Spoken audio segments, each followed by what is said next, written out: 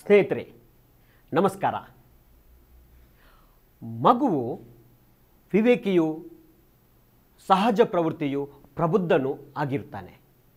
ಪ್ರೌಢರ ಹಸ್ತಕ್ಷೇಪ ಇಲ್ಲದಿದ್ದರೆ ಆತ ಪರಿಪೂರ್ಣ ವ್ಯಕ್ತಿಯಾಗಬಲ್ಲನು, ಪರಿಪೂರ್ಣತೆಯನ್ನು ಹೊಂದಬಲ್ಲನು. ಇದು ಎ.ಎಸ್. ನೀಲ್ನವರ ಮಾತು. ಎ.ಎಸ್. ನೀಲ್ನವರ ವಿಚಾರಗಳನ್ನು, ಶಿಕ್ಷಣದ ಸಿದ್ಧಾಂತಗಳನ್ನು ಅಳವಡಿಸಿಕೊಂಡವರು ಡಾಕ್ಟರ್ ಎನ್ ಸುಕುಮಾರಗೌಡ. ಕಳೆದ 7-8 ದಶಕಗಳಲ್ಲಿ ಕೆನಡಾದ ವಿಶ್ವವಿದ್ಯಾನಿಲಯಗಳಲ್ಲಿ ಉನ್ನತ ವ್ಯಾಸಂಗ ಮಾಡುತ್ತಿರುವ ಕಾಲದಲ್ಲೇ ಎ.ಎಸ್. ನೀಲ್ನ ವಿಚಾರಗಳಿಂದ ಆಕರ್ಷಿತರಾದವರು.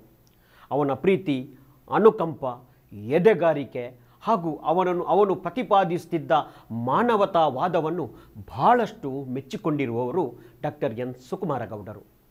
ತಮ್ಮ ನಾಡಿಗೆ ಮರಳಿ ಬಂದ ಮೇಲೆ ತಾವು ಕೈಗೊಂಡ ಶೈಕ್ಷಣಿಕ ಕಾರ್ಯಕಲಾಪಗಳಲ್ಲಿ ನೀಲ್ನ ವಿಚಾರಗಳನ್ನು ಪ್ರಯೋಗಕ್ಕೆ ಇಳಿಸಲು ಸಾಧ್ಯವಾದಷ್ಟು ಪ್ರಯತ್ನಿಸಿರುವರು. ಡಾಕ್ಟರ್ ಎನ್ ಸುಕುಮಾರಗೌಡರು ಆರಂಭದಲ್ಲಿ ಹೈಸ್ಕೂಲ್ ಅಧ್ಯಾಪಕರಾಗಿ ಉಡುಪಿಯ ಶಿಕ್ಷಕರ ಮಹಾವಿದ್ಯಾಲಯದಲ್ಲಿ ಸೇವೆ ಸಲ್ಲಿಸಿದವರು. ಬಳಿಕ ಉಪನ್ಯಾಸಕರಾಗಿ ಸೇವೆ ಸಲ್ಲಿಸಿ ಶಿಕ್ಷಣ ಶಾಸ್ತ್ರದಲ್ಲಿ ಉನ್ನತ ಅಧ್ಯಯನಕ್ಕಾಗಿ 1975ರಲ್ಲಿ ಕೆನಡಕ್ಕೆ ತೆರಳಿದವರು. ಅಲ್ಲಿ ಅಧ್ಯಾಪನ ಸಂಶೋಧನೆಗಳಲ್ಲಿ ತಮ್ಮನ್ನು ತಾವು ತೊಡಗಿಸಿಕೊಂಡವರು. 1886ರ ಕೊನೆಗೆ ಸ್ವದೇಶಕ್ಕೆ ಮರಳಿ ಬಳಿಕ 5 ವರ್ಷಗಳ ಕಾಲ ಮಣಿಪಾಲ ಭಾಷಾಧ್ಯಯನ ಸಂಸ್ಥೆಯ ನಿರ್ದೇಶಕರಾಗಿ ಸೇವೆ ಸಲ್ಲಿಸಿ ಪಠ್ಯಪುಸ್ತಕ ಸಮಿತಿಗಳ ಅಧ್ಯಕ್ಷರಾಗಿ ಕಾರ್ಯನಿರ್ವಹಿಸಿದವರು. ಅದೇ ಅವಧಿಯಲ್ಲಿ ಮಂಗಳೂರು ಆಂಗ್ಲ ಭಾಷಾ ವಿಭಾಗದಲ್ಲಿ 6 ವರ್ಷ ಸಂದರ್ಶಕ ಪ್ರಾಧ್ಯಾಪಕರಾಗಿ PhD ಮಾರ್ಗದರ್ಶಕರಾಗಿ ಸೇವೆ ಸಲ್ಲಿಸಿದವರು. ಡಾಕ್ಟರ್ ಸುಕುಮಾರಗೌಡರು ಸದ್ಯ ಪುತ್ತೂರಿನ ಸ್ವಸ್ಥಾನದಲ್ಲಿ ತಮ್ಮದೇ ಆದ ಶಿಕ್ಷಣ ಅಧ್ಯಯನ ಕೇಂದ್ರ ಮಕ್ಕಳ ಮಂಟಪವೆಂಬ ಸಂಸ್ಥೆಯಲ್ಲಿ ಅಧ್ಯಯನ, ಸಲಹೆ, ಸಂಶೋಧನೆ ಮತ್ತು ಗ್ರಂಥ ರಚನೆಯಲ್ಲಿ ಈಗ ನಿರತರಾಗಿರ್ತಾರೆ. ಇಂಥ ಶಿಕ್ಷಣ ಸಿದ್ಧಾಂತದ ಒಳನೋಟಗಳ ಜೊತೆ ಡಾಕ್ಟರ್ ಸುಕುಮಾರಗೌಡರನ್ನು ಮಾತನಾಡಿಸೋಣ ಬನ್ನಿ. ಸ್ನೇಹಿಗಳೇ, ಡಾಕ್ಟರ್ ಸುಕುಮಾರಗೌಡರನ್ನು ಈ ದಿನ ಮಾತಾಡಿಸುವವರು ದಕ್ಷಿಣ ಕನ್ನಡದ ಬಂಟ್ವಾಳದ ವಾಮದ ಪದವಿ ಪೂರ್ವ ಕಾಲೇಜಿನ ಆಂಗ್ಲ ಭಾಷಾ ಉಪನ್ಯಾಸಕರಾಗಿರುವ ಡಾಕ್ಟರ್ ರಾಧೇಶ್ ತೋಲ್ಪಾಡಿ ಮತ್ತು ಸರ್ಕಾರಿ ಪದವಿ ಪೂರ್ವ ಕಾಲೇಜು ಗುರುವಾಯಿನಕೆರೆ ಇಲ್ಲಿನ ಶಿಕ್ಷಕಿಯಾಗಿರುವ ಪೂರ್ಣಿಮಾ ನಾಯಕ್ ಇವರು. ಬನ್ನಿ ಸುಕುಮಾರಗೌಡರ ಹತ್ರ ಮಾತಾಡೋಣ. ಸರ್ ನಮಸ್ತೆ. ನಮಸ್ತೆ. ನಮಸ್ತೆ ಸರ್. ನಾನು ಒಬ್ಬ ತರಗತಿ ಶಿಕ್ಷಕಿಯಾಗಿ ನಿಮ್ಮಿಂದ ಶಿಕ್ಷಣ ಅಂದರೆ ಏನು ಅಂತ ಹೇಳಿ ತಿಳಿಯಲಿಕ್ಕೆ ಇಷ್ಟಪಡ್ತಿದ್ದೇನೆ. ಶಿಕ್ಷಣ ಅಂದರೆ ಒಂದು ರೀತಿಯಲ್ಲಿ ಅದು ಸಾಧನವೇ, ಇಂದಿನ ಅರ್ಥದಲ್ಲಿ ಅಲ್ಲ. ಸಾಧನ ಅಂದರೆ ಅದು ಆತ್ಮೋನ್ನತಿಯ ಸಾಧನ, ತಾನಾಗಿಯೇ ಪಡೆಯುವಂತಹ ಅದು ಶಿಕ್ಷಣ ಅಂತ ಅದಕ್ಕೆ ಅರ್ಥ. ಅದು ವ್ಯಷ್ಟಿಯ ನೆಲೆಯಲ್ಲಿಯೂ ಸಮಷ್ಟಿಯ ನೆಲೆಯಲ್ಲಿಯೂ ಅವು ಎರಡು ಸೇರಬೇಕು. ಅಂದರೆ ವ್ಯಕ್ತಿ ತನ್ನಿಂದ ತಾನೇ ಮೇಲಕ್ಕೆ ಏರುತ್ತಾ, ಅಂದರೆ ಜ್ಞಾನದ ಬೌದ್ಧಿಕವಾಗಿಯೂ ಭಾವಾತ್ಮಕವಾಗಿಯೂ ಇನ್ನು ಕ್ರಿಯಾತ್ಮಕವಾಗಿಯೂ ಅವನಷ್ಟಕ್ಕೆ ಮೇಲೆ ಏರ್ತಾ ಹೋಗಬೇಕಾಗ್ತದೆ. ಅಂದರೆ ನೀವು ಈಗ ಪದಗಳನ್ನು ಇರ್ತಿರಲ್ಲ, ಹೆಚ್ಚಿನ ಸ್ಕಿಲ್ ಡೆವಲಪ್ಮೆಂಟು ಅಂತ, ಅದನ್ನೇ ಕ್ರಿಯಾತ್ಮಕ ಅಂತ. ನೋಯಸಿಸ್, ಪೋಯಸಿಸ್ ಆ್ಯಂಡ್ ಇದು ಈಸ್ತಸಿಸ್, ಇವು ಎರಡು ಲ್ಯಾಟಿನ್ ಪದಗಳು. ಇವು 3 ಲ್ಯಾಟಿನ್ ಪದಗಳೇ. ಆದರೆ ಬೌದ್ಧಿಕವಾಗಿಯೂ ಭಾವಾತ್ಮಕವಾಗಿಯೂ ಕ್ರಿಯಾತ್ಮಕವಾಗಿಯೂ ಮನುಷ್ಯ ಮೇಲಕ್ಕೆ ತನ್ನಿಂದ ತಾನೇ ಮೇಲಕ್ಕೆ ಏರುತ್ತಾ ಹೋಗಬೇಕಾಗುತ್ತದೆ. ಹಾಗೆ ಅದರ ಜೊತೆಯಲ್ಲಿಯೇ ಸಮಾಜದ ಅಂದರೆ ಸಮಷ್ಟಿ, ಸಮಾಜದ ಇನ್ನೂ ಅವರು ಏರಿಸಬೇಕಾಗುತ್ತದೆ. ವ್ಯಕ್ತಿ ತನ್ನಿಂದ ತಾನೇ ರಿಫಾರ್ಮ್ ಆದಾಗ ಹೇಗೂ ಸಮಾಜ ಹಾಗೆಯೇ ಆಗುತ್ತದೆ ಅಂತ ನಮ್ಮ ಅರ್ಥ, ನಾವು ತಿಳ್ಕೊಂಡ ಅರ್ಥ. ಸೊ ಈ ಶಿಕ್ಷಣವನ್ನೇ ನಿಮ್ಮ ಅಧ್ಯಯನದ ವಿಷಯವನ್ನಾಗಿ ನೀವು ಯಾಕೆ ತಗೊಂಡ್ರಿ? ಅಂದರೆ ಅದಕ್ಕೆ ಹಲವಾರು ಕಾರಣ. ನಾನು ಪ್ರೈಮರಿಯಿಂದ ಅಷ್ಟು ನನಗೆ ಜ್ಞಾನ ಇರಲಿಲ್ಲ. ಹೈಸ್ಕೂಲು ಮಟ್ಟದಲ್ಲಿ ಮತ್ತು ಕಾಲೇಜು ಮಟ್ಟದಲ್ಲಿ ಅದು ಅಲ್ಲ ಇದು ಅಂತ ನನ್ನ ಭಾವನೆ ಬಂತು. ಅದು ಅಲ್ಲ, ಅದು ಹೀಗಿರಬೇಕು, ಅದು ಬೇಡ ಅನ್ನುವಂಥ ಒಂದು ಭಾವನೆ ಬಂದದರಿಂದಾಗಿ, ಆ ದ್ವಂದ್ವ ಭಾವನೆ ಬಂದದರಿಂದಾಗಿ ನನಗೆ ಶಿಕ್ಷಕ ಈ ರೀತಿಯಾಗಿ ನಡೀಬಾರ್ದು, ಇದು ನಡೀಬಾರ್ದು, ಹೆಚ್ಚಿನ ವಿದ್ಯಾರ್ಥಿಗಳ ಹತ್ತಿರವೇ ಬರಬೇಕಾಗುತ್ತದೆ. ಅದನ್ನು ಈ ಏಲಿಯನೇಷನ್ ಎಂಬ ಪದ ಒಂದು ಇದೆ, ನೀವು ಇದರಲ್ಲಿ ಕಾನೂನಿನಲ್ಲಿ ಬರ್ತದೆ. ಅದು ಏಲಿಯನೇಷನ್ ಅಲ್ಲದೆ ಅದಕ್ಕೆ ವಿರುದ್ಧವಾಗಿ ಪ್ರಾಕ್ಸಿಮೈಸೇಷನು ಇರಬೇಕು. ಪ್ರಾಕ್ಸಿಮೈಸೇಷನ್ ವಿದ್ಯಾರ್ಥಿಗಳ ಹತ್ತಿರವಾಗಿಯೇ ಹೋಗಬೇಕು. ಇಂದು ಉದಾಹರಣೆಗೆ ನೀವು ಶಿಕ್ಷಕರು ಎಷ್ಟರ ಮಟ್ಟಿಗೆ ವಿದ್ಯಾರ್ಥಿಗಳ ಹತ್ತಿರ ಹೋಗ್ತೀರಿ? ವಿದ್ಯಾರ್ಥಿಗಳ ಹತ್ತಿರ ಹೋಗುವಂಥದ್ದು, ಉದಾಹರಣೆಗೆ ಹಿಂದಿನ ಕಾಲದಲ್ಲಿ ಒಂದು ಪದ್ಧತಿ ಇತ್ತು. ವೆರಾಂಡದಲ್ಲಿ ಅವರು ಹೋಗ್ತಿರುವಾಗ ದಾರಿ ಬಿಟ್ಟು ಕೊಡಬೇಕು. ಅವರು ನಮ್ಮ ಹೆಗಲು ಮೇಲೆ ಕೈ ಇಡಬಾರ್ದು, ಯಾರು ಶಿಕ್ಷಕರು. ಹೀಗೆಲ್ಲ ಪದ್ಧತಿ ಅದು ಈಗಲೂ ಪ್ರಚಲಿತವಾಗಿ ಇದ್ದಿರಬಹುದು. ನಾನು ಭಾಳ ಹಳೆಬ್ಬ, ಅದರಿಂದಾಗಿ ಏನು ಹೇಳೋಕ್ಕಾಗುವುದಿಲ್ಲ ಇದನ್ನು. ಉದಾಹರಣೆಗೆ ಈ ಕಾಂಪೋಸಿಷನ್ ಪುಸ್ತಕವನ್ನು ಕೂಡ ದೂರದಿಂದಲೇ ಎಸೆಯುವಂಥದ್ದು. ನೀವು ಆಗ ನಿಮ್ಮಲ್ಲಿ ಬಂತಲ್ಲ ಒಂದು ವಿಚಾರ, ಕಾಂಪೋಸಿಷನ್ ಬರೆಸುವುದು ಅಂತ ಒಂದು ಇತ್ತು. ಈಗ ಅದು ಇಲ್ಲ, ಕಾಂಪೋಸಿಷನ್ನೇ ಇಲ್ಲ, ಈಗ ಬರೆಯುವುದೇ ಇಲ್ಲ ಈಗ. ಹೌದು, ಕಾಣೆ ಆಗಿದೆ. ಆದ್ದರಿಂದ ಇದು ಏನು ನಾನು ಏನನ್ನು ಹೇಳ ಬಯಸಿದ್ದು, ವಿದ್ಯಾರ್ಥಿಗಳು ದೂರ ಅಂತರವನ್ನೇ ಹೆಚ್ಚಿಸ್ತಾ ಇದೆ. ಅದು ಹಾಗಲ್ಲ, ಅದು ಅಂತರ ಹತ್ತಿರ ಬರಬೇಕು, ಅಂತರ ಕಡಿಮೆ ಆಗಬೇಕು. ಪ್ರಾಕ್ಸಿಮೈಸೇಷನ್ ಅಂತ ಹೇಳ್ತಾರೆ ಅದನ್ನು. ಪ್ರಾಕ್ಸಿಮಿಟಿ ಇದು ಮುಖ್ಯ. ಹಿಂದಿನ ಕಾಲದಲ್ಲಿ ಅದು ಇಲ್ಲ, ಅದು ಇರ್ತಿರಲಿಲ್ಲ. ನಮ್ಮ ಕಾಲದಲ್ಲಿ ಒಂದು ದೂರವೇ ಅದು. ಈ ಕಾಲೇಜ್ ಸ್ಟೂಡೆಂಟ್ಸುಗಳು ನೋಡು ಲೆಕ್ಚರರ್ ಬಂದರು ನೋಡು, ಅಲ್ಲಿ ಲೆಕ್ಚರರ್ ಬರ್ತಾರೆ ಅಂತ ಅವ ಹೇಳಿ ಇಂಡಿಕೇಶನ್ ಕೊಟ್ಟ ಕೂಡಲೇ ಇವ ಬೆನ್ನು ಹಾಕಿ ನಿಲ್ತಾನೆ, ಅಥವಾ ಇನ್ನೊಂದು ಇದರಲ್ಲಿ ಕಾರ್ಯದಲ್ಲಿ ತೊಡಗಿರ್ತಾನೆ. ಹೀಗೆಲ್ಲ ಇರ್ತದೆ. ಆಗ ಸರ್ ಹೇಳಿ ಹತ್ತಿರ ಹೋಗುವ ನೆಗೆಯುವ ಹಾಗೆ ಇರಬೇಕು ಅಂತ ನನ್ನ ಇದು. ಶಿಕ್ಷಕರು ಅಂತೇಳಿ ಬಂದ ತಕ್ಷಣ ನಾವು ಅವರನ್ನು ಮಾತನಾಡಿಸಬೇಕು, ಆತ್ಮೀಯತೆ ಬೆಳಿಬೇಕು. ಇದೇ ಒಂದು ನಿಮ್ಮನ್ನು ಪ್ರಚೋದಿಸಿತ್ತು? ಇದೆ ನನಗೆ. ನಾನು ಇವರು ನಮ್ಮ KR ವಿದ್ಯಾಧರ ಅಂತ ಹೇಳುವವರು ಅವರು ಒಂದು ಪುಸ್ತಕ ಬರೆದಿದ್ದಾರೆ, ಶಿಕ್ಷಣ ಸಿದ್ಧಾಂತಿ ಸುಕುಮಾರ ಗೌಡ ಅಂತ. ಅದರಲ್ಲಿ ಉಲ್ಲೇಖ ಮಾಡಿದ್ದೆ ನಾನು. ನಮ್ಮ ಆಗಿನ ನನ್ನ ಸಹೋದ್ಯೋಗಿ ಅಲ್ಲ, ಏನು ಸಹಪಾಠಿಯಾಗಿದ್ದ ಜನಾರ್ದನ ಭಟ್ ಅವರು ಕೂಡ ವಿವೇಕಾನಂದ ಕಾಲೇಜಿನಲ್ಲಿ ಜನಾರ್ದನ ಭಟ್ ಇದ್ದರಲ್ಲ ಪ್ರಿನ್ಸಿಪಲ್ ಆಗಿ, ಅವರು ಕೂಡ ಅದನ್ನು ಹೇಳಿದ್ದಾರೆ. ಏನೋ ಸುಕುಮಾರ ಅವ ಎಲ್ಲ ನಮ್ಮಲ್ಲಿ ಏಕವಚನವೇ. ಆಗ ಸುಕುಮಾರ ಆ ಹುಡುಗಾಟದ ಸಮಯದಲ್ಲಿ ಹುಡುಗಾಟದಲ್ಲೇ ತೊಡಗಿದ್ದ ಅಂತ ಅನ್ನುವ ಅರ್ಥದಲ್ಲಿ ಅದರಲ್ಲಿ ಎಲ್ಲವೂ ಅಡಕವಾಗಿದೆ. ಹುಡುಗಾಟದ ಸಮಯದಲ್ಲಿ ಹುಡುಕಾಟದಲ್ಲಿಯೇ ತೊಡಗಿದ್ದ. ಈ ಕೊರತೆಯನ್ನೇ ನೀವೀಗ ನೀಗಿಸುವುದರ ಒಂದು ಅಂತ ನನ್ನ ಭ್ರಮೆಯೋ ಅಥವಾ ಏನೋ ಭಾವನೆಯೋ ಅಂದ್ರೂ ಗೊತ್ತಿಲ್ಲ, ಈಗ ನಡೀತಾ ಇದೆ. ಸರ್, ಇತ್ತೀಚೆಗೆ ಶಿಶು ಕೇಂದ್ರಿತ ಶಿಕ್ಷಣ ಎನ್ನುವ ಪದಗಳು ಕಿವಿಗೆ ಬೀಳ್ತಾ ಇವೆ. ಶಿಶು ಅಂದ್ರೆ ಏನು? ಮಗು ಅಂದ್ರೆ ಏನು?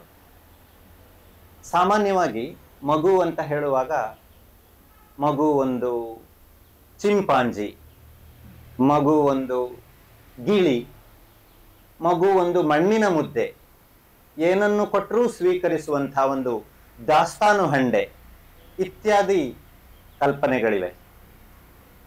ಇನ್ನೊಂದು ಕಡೆ ಖಲೀಲ್ ಜಿಬ್ರಾನ್ ಮಕ್ಕಳನ್ನು ಕುರಿತು ಮಾತನಾಡುವಾಗ they are the sons and daughters of life's longing for itself ಅಂತ ಹೇಳ್ತಾನೆ. ಈ ನಡುವೆ ಶಿಕ್ಷಣ ಸಿದ್ಧಾಂತಿಯಾಗಿ ನಮಗೆ ಮಗು ಹೇಗೆ ಕಾಣಿಸ್ತದೆ ಸರ್?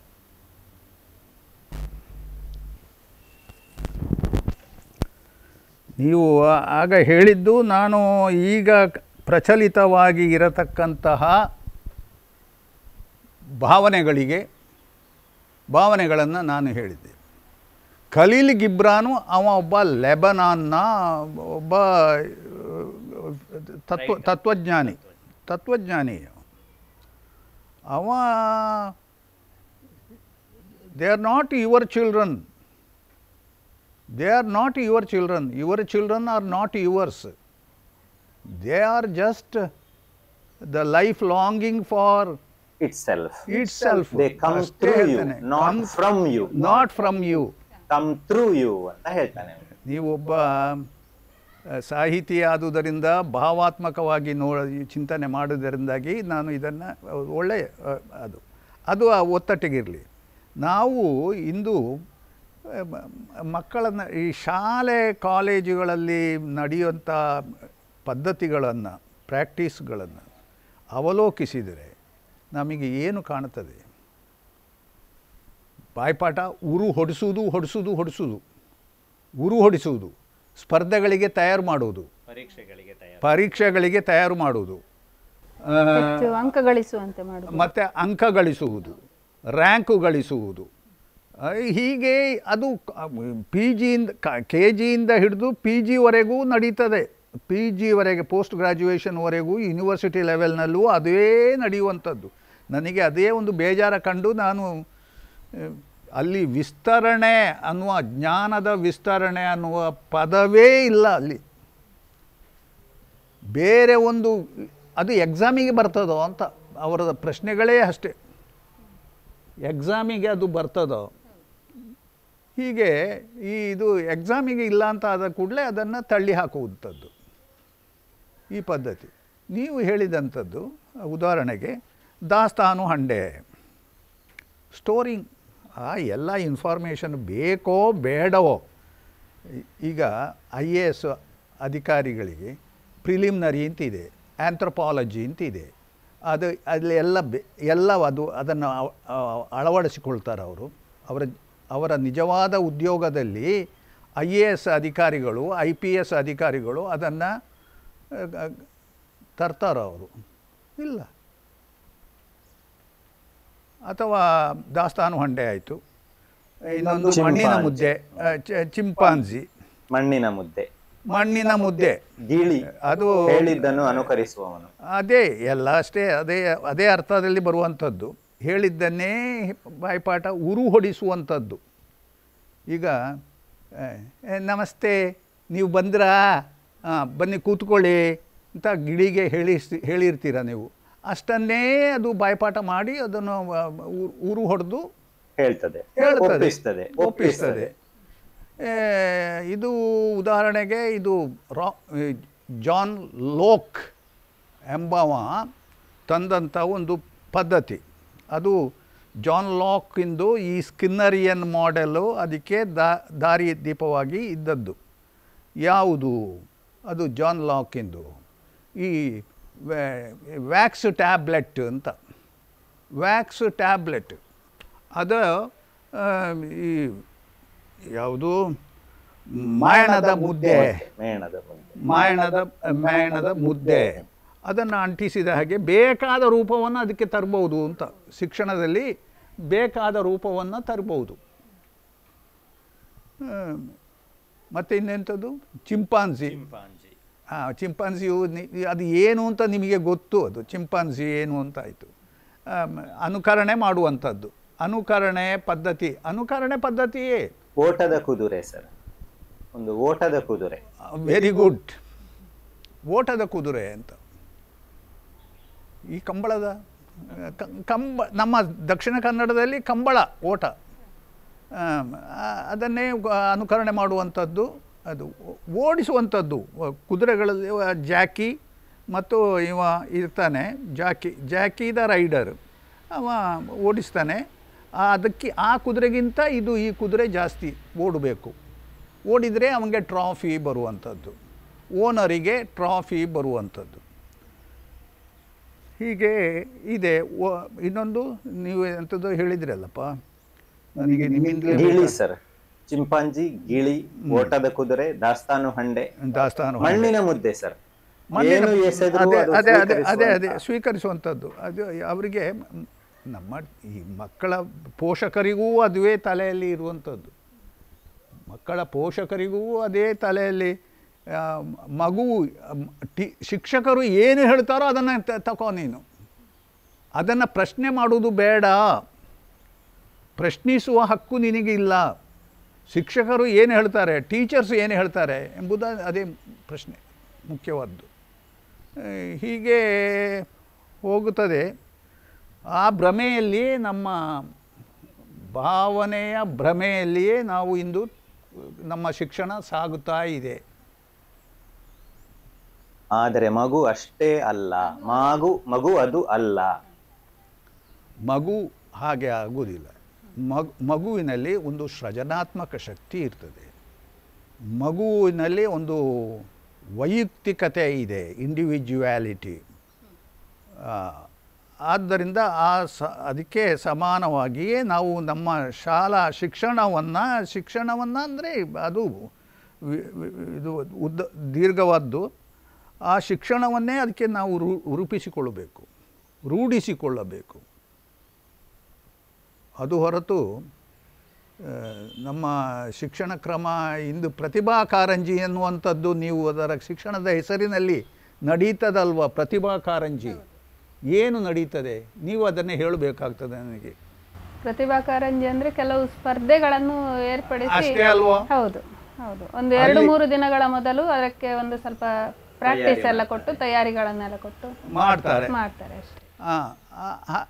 ಅದು ಶಿಕ್ಷಣ ಅನ್ನುವಂಥದ್ದು. ಅಲ್ಲಿ ಇಂಡಿವಿಜುವ್ಯಾಲಿಟಿ, ಆ ಕ್ರಿಯೇಟಿವಿಟಿ ಅಥವಾ ಒರಿಜಿನಾಲಿಟಿ, ಇದರಲ್ಲಿ ಏನೆಲ್ಲ ಇದೆ. ಈಗ ನನ್ನಲ್ಲಿಯೇ ನಾನು ಕಲೆಕ್ಷನ್ ಮಾಡಿದ್ದು ಉಂಟು. ನನ್ನಲ್ಲಿ ಒಂದು ಮಗುವಿನ ಇದು ಯಾವುದು ಪೋರ್ಟ್ರೇಟು ಆಗಲಿ ಅಥವಾ ಇನ್ನೊಂದಾಗಲಿ, ಪ್ರತಿಯೊಂದರಲ್ಲಿ ಒಂದು ವೈಯಕ್ತಿಕತೆಯನ್ನು ಕಾಣುವುದೇ ಶಿಕ್ಷಕನಾದವನ ಒಂದು ಕೆಲಸ. ರೂಢಿಗತ ವ್ಯವಸ್ಥೆಗೆ ಮಗುವನ್ನು ಒಗ್ಗಿಸುವುದಲ್ಲ, ಹಾಗೆ ಆಗುವುದಿಲ್ಲ. ಮಗುವಿಗಾಗಿ ಶಿಕ್ಷಣದ ವ್ಯವಸ್ಥೆ ರೂಪುಗೊಳ್ಳುವ ಪ್ರಕ್ರಿಯೆ. ಹೌದು. ಹಾಗಾದ್ರೆ ನೀವೀಗ ಮಗು ಶಾಲೆಯ ಒಳಗೆ ಹೋಗಬೇಕಾದ್ರೆ ಅದಕ್ಕೆ ಯಾವ ರೀತಿಯ ಪೂರ್ವ ಪ್ರಾಥಮಿಕ ಶಿಕ್ಷಣ ಸಿಗಬೇಕು ಅಂತ ಹೇಳ್ತೀರಿ? ಈಗ ಪೂರ್ವ ಪ್ರಾಥಮಿಕ ಅದರಲ್ಲಿಯೂ ಸ್ವಲ್ಪ ಇದಿದೆ, ಗೊಂದಲ ಇದೆ. ಪ್ರಾಥಮಿಕ ಪೂರ್ವ ಅನ್ನುವುದಕ್ಕೂ ಪೂರ್ವ ಪ್ರಾಥಮಿಕ ಅನ್ನುವುದಕ್ಕೂ ವ್ಯತ್ಯಾಸವಿದೆ. ಪ್ರಾಥಮಿಕ ಪೂರ್ವ ಅಂದರೆ ಸಾಧಾರಣ ಅದು ಅದೇ ನಮ್ಮ KG ಕ್ಲಾಸು, ನರ್ಸರಿ ಸ್ಕೂಲು, ಇದರಲ್ಲಿ ಬರ್ತದೆ. ಅದನ್ನು ಫಾರಿನ್ನಲ್ಲಿ, ವಿದೇಶಗಳಲ್ಲಿ ಬೇರೆ ಬೇರೆ ಹೆಸರಿಂದ ಕರೀತಾರೆ. ಅದು ಇಲ್ಲಿ ಅಂಗನವಾಡಿಗಳಿವೆ. ಅಂಗನವಾಡಿಯಲ್ಲಿ ಏನು ಇರ್ತದೆ? ಅಂಗನವಾಡಿಯಲ್ಲಿ ಬೌದ್ಧಿಕ, ನಾನು ಈಗ ತಾನೇ ಹೇಳಿದೆ, ನೋಯಸಿಸ್, ಪೋಯಸಿಸ್, ಈಸ್ಥೆಸಿಸ್. ಆ ಪೋಯಸಿಸ್ ಅಂದರೆ ಕ್ರಿಯಾತ್ಮಕ, ನೋಯಸಿಸ್ ಅಂದರೆ ಬೌದ್ಧಿಕವಾದಂಥ ವಿಚಾರ. ಇನ್ನೊಂದು ಈಸ್ಥೆಸಿಸ್, ಅದು ಭಾವಾತ್ಮಕ. ಆ ಮೂರಕ್ಕೂ ಏನಾದರೂ ಇಂದು ಕೊಡ್ತಾರೋ ಅಂಗನವಾಡಿಯಲ್ಲಿ ನಿರೀಕ್ಷಿಸುವುದಕ್ಕೂ ಸಾಧ್ಯ ಇಲ್ಲ ಸರ್. ಮೊಟ್ಟೆ ಅಥವಾ ಮಕ್ಕಳನ್ನು ಒಂದು ಕಾಯುವುದು ಅದು ಅನ್ನೋದು ಮಂದೆ ಹಾಗೆ ಅಷ್ಟೇ. ನಂತರ ಸಾಯಂಕಾಲ ಹೊತ್ತು ಏನೋ ಆಟ ಆಡಲಿಕ್ಕೆ ಅವರನ್ನೇ ಬಿಡ್ತಾರೆ ಕಾಣ್ತದೆ, ಗೊತ್ತಿಲ್ಲ ನನಗೆ. ಒಂದು ತಕ್ಕ ಮಟ್ಟಿಗೆ ಅವರಿಗೆ ಸ್ವಲ್ಪ ಆಟಿಕೆಗಳನ್ನೆಲ್ಲ ಕೊಟ್ಟು ಅವರಷ್ಟಕ್ಕೆ ಆಟ ಆಡಲಿಕ್ಕೆ ಇರಬಹುದು, ನನಗೆ ಗೊತ್ತಿಲ್ಲ. ಫಿಸಿಕಲಿ ಯಾವುದೇ ತೊಂದರೆ ಮಾಡಿಕೊಳ್ಳದ ಹಾಗೆ ಒಬ್ರು ಶಿಕ್ಷಕರು ಇರ್ತಾರೆ, ಒಬ್ರು ನೋಡ್ತಾರೆ, ಒಬ್ರು ಅಂಗರಕ್ಷಕರು ಒಬ್ರು ಇರ್ತಾರೆ. ತಾಗಿಸಿಕೊಳ್ಬಾರ್ದು, ನೋವಾಗಬಾರ್ದು. ಇಲ್ಲರ ತಾಯಿ ಕೇಳ್ತಾಳಲ್ಲ ಬಂದವರು,